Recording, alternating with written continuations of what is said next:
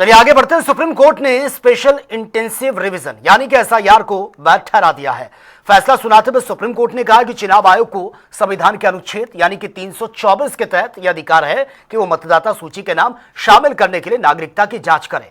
वहीं बीजेपी ने इसे सुप्रीम फैसले का स्वागत भी किया है और साथ ही विपक्ष पर जमकर निशाना भी साधा है। देखिए, प्रतिपक्ष के गाल पर जोरदार तमाचा लगाने का काम सुप्रीम कोर्ट ने किया है।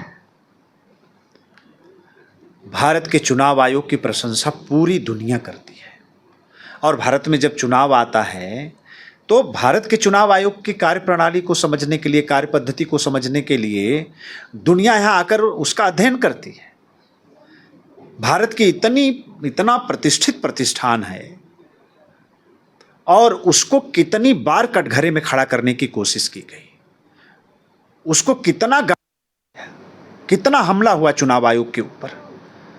तो आज दूध का दूध और पानी का पानी सर्वोच्च न्यायालय ने कर दिया है। जरा भी नैतिकता बाकी हो, जरा भी शर्म बाकी हो तो प्रतिपक्ष को चुनाव आयोग से माफी मांगनी चाहिए और देश की जनता से भी माफी मांगनी चाहिए। बार बार देश की जनता को गुमराह किया जाता है। चुनाव हारते हैं अपने कुकर्मों से,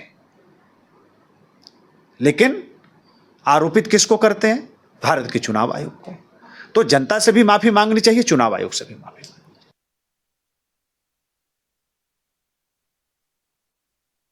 निश्चित हाईकोर्ट के फैसले का स्वागत है। चुनाव आयोग स्वतंत्र एजेंसी है और उसको अधिकार है एसआईआर कराने का।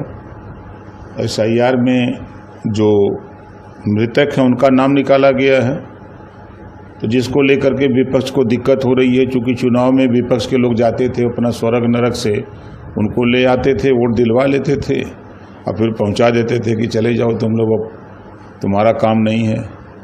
इस नाते विपक्ष के लोग चिल्लाते। मुझे जानकारी मिल पा रही है कि सर्वोच्च न्यायालय ने इलेक्शन कमीशन के द्वारा एसआईआर की कार्रवाई को सही प्रमाणित किया है और हमारे लिए खुशी की बात है कि भारतीय जनता पार्टी ने पहले से ही एसआईआर का समर्थन करते हुए इलेक्शन कमीशन के कार्य को सराहा था।